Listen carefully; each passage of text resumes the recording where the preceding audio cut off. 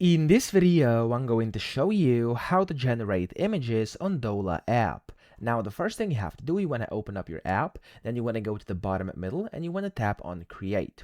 Now, in here, when you tap on Create, you want to switch to Image up top, so don't go to Video, go to Image, and then in here, you can just describe the image you want, and of course, you can also give it a reference if that's something you want to do. So I'm just going to go without the reference, and I'm just going to generate a random image. I'm going to type in cat under a rainbow. Okay, so I'm going to just leave it like this, something very random, but still it's gonna work. Then you can change the style up here. I'm gonna make it like a cartoon, for example. You can change the ratio. I'm going to make it 1:1, and then you can outpaint as well or upscale it later. So for now, I'm going to tap on the arrow up button, so the enter button, and as you can see, it's gonna start generating. So this is my best chat. I'm actually going to mute it right now. There we go.